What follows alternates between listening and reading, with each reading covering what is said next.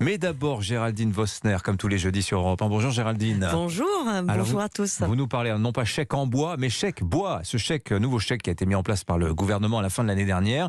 Vous voyez en lui une espèce d'aberration à la fois sanitaire, sociale et écologique. Oui, c'est sans doute au coin du feu à Noël que le président s'en est aperçu dans la forêt des aides distribuées aux Français, mais par brassée, pour le carburant, la rénovation, le vélo, le covoiturage, l'électricité, le fioul, le gaz.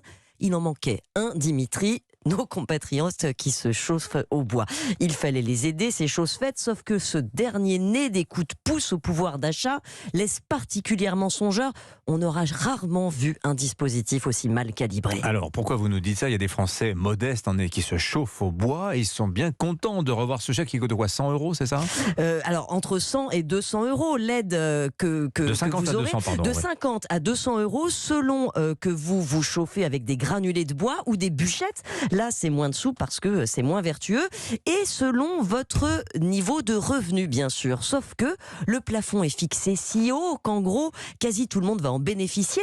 27 500 € de revenu fiscal de référence. Le plafond pour le chèque énergie classique, lui, il est seulement de 17 400 €. Donc en clair, cette aide, elle va toucher aussi, voire surtout, les Français aisés. Et puis c'est 27 500 par unité de consommation. Exactement. C'est en fait par personne, par membre du foyer. Bon, en fait, c'est un plafond très élevé.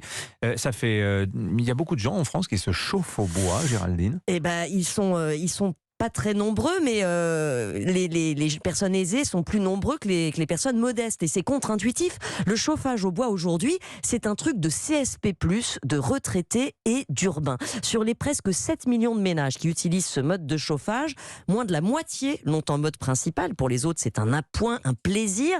Les 3/4 vivent en ville, selon l'ADEME, seulement 23% en zone rurale. Alors parmi ceux-ci, ce million de foyers qui ne peuvent pas faire autrement que de se chauffer au bois, parce que ils sont éloignés d'autres réseaux. Oui, il y a des gens modestes qui ont besoin d'être aidés, mais l'effet pervers possible est évident.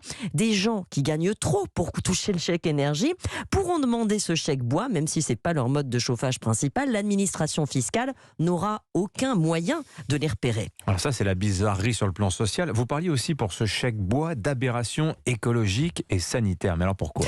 Parce que le chauffage au bois n'est pas vertueux du tout. Il émet moins de CO2, c'est vrai. Il est renouvelable, mais c'est un énorme diffuseur de polluants atmosphériques. La première source de pollution aux particules fines en France, c'est le chauffage au bois avant les voitures. Il émet plus de la moitié des particules ultra fines les plus dangereuses, des émissions qui causent 40 000 décès prématurés chaque année en France. Je vous le rappelle, le tabac, c'est pas rien. Ouais, donc subventionner massivement cette pollution sans le moindre message pour alerter les gens des dangers de leur vieux système, c'est consternant. Ouais, arrêtez-moi si je me trompe, Géraldine. Le gouvernement veut développer le chauffage au bois. Ben oui, parce que sur le papier, c'est super. Les nouvelles chaudières à granulés avec filtre sont performantes, mais elles sont très loin de représenter la majorité des installations aujourd'hui.